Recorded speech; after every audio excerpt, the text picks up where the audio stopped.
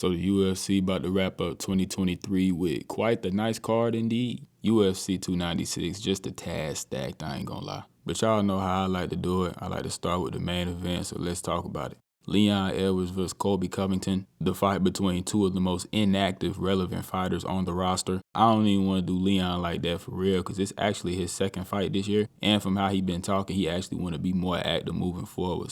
But in regards to the actual fight, I'm a little conflicted. I ain't gonna lie. People like to compare Colby Covington and Kamaru Usman styles and basically like to say they're relatively the same fighter, which I can agree with, obviously just to a certain extent. The thing that separates them the most is Usman's power and Colby's relentless pressure and cardio. Now, I only bring Usman up like that because Leon has shown to have Kamaru Usman basically down to a T. And one of the main things he did in their third fight to shut him down was basically stand his ground. He sat down and actually threw a lot more strikes at Usman in the third fight. Because in the second one, Leon was landing at a crazy high clip. He just wasn't throwing enough. He was a little too worried about the takedown, which oddly enough helped Usman get closer and secure more takedowns. But again, Usman and Colby are slightly different fighters. At the end of the day, when you do boil this down, in simplest terms, this is a striker versus grappler matchup. Even though both guys are pretty well rounded, if the fight stays on the feet, Leon probably will end up having the advantage. And if Colby can move forward and impose his will, he could make the fight very interesting with his wrestling. I do think Colby has a very realistic path to victory. Move forward for 25 minutes, throw his little pop shots,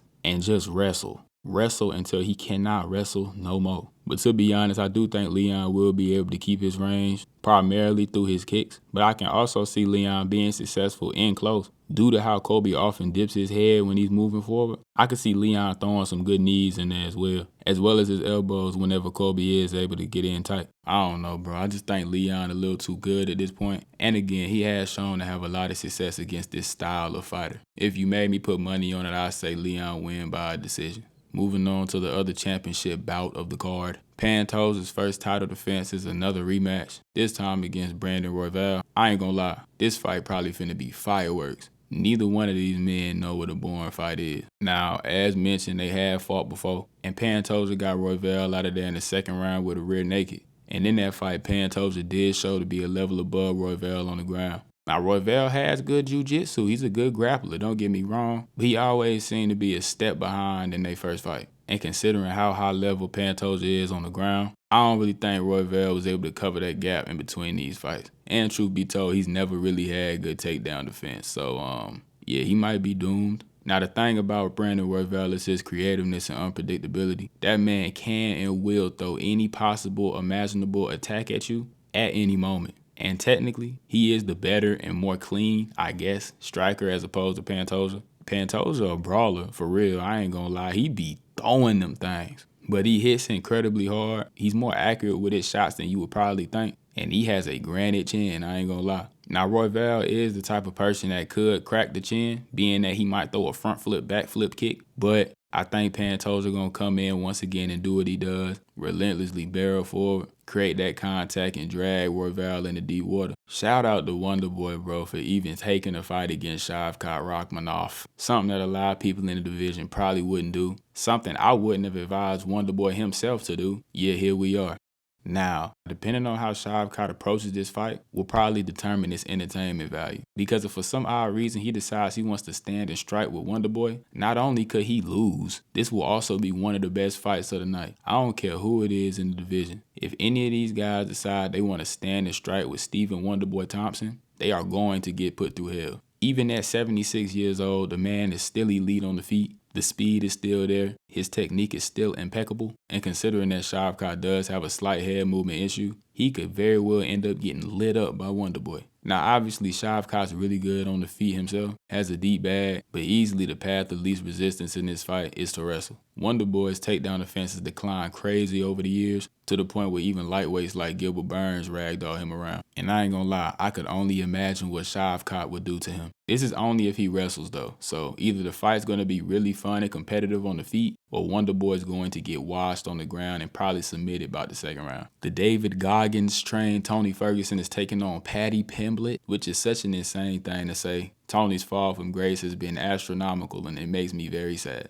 With that said, this is very much a winnable fight for Tony because Paddy sucks. Like, he was massively overrated at one point in time until the entire world saw him lose to Jared Gordon. Either way, I'm saying all that, and Tony sucks too. I will be honest. Like, Tony's not really that good at anything anymore. Physically, he is declined. He's not even declining anymore. But he has shown, specifically in his last fight against Bobby Green, as well as his Michael Chandler performance, that on the feet, he can still go a little bit, kinda. And that's a great sign, because Patty's stand-up sucks. His boxing pretty boo-boo. He a decent kicker, I ain't gonna lie. And he do hit pretty hard, but he does commit to his punches a whole lot. His wrestling ain't the best. He is real good on the ground in regards to his jiu-jitsu. It's really just a matter of how is he gonna get the fight to the ground. But I'm saying all of this as if Tony Ferguson is still Tony Ferguson. I don't trust any part of his game to hold up for real. And even though this fight is still winnable, I'ma still go with Patty, I ain't gonna lie. I don't even know why or by what means. I just think Patty gonna beat the geezer.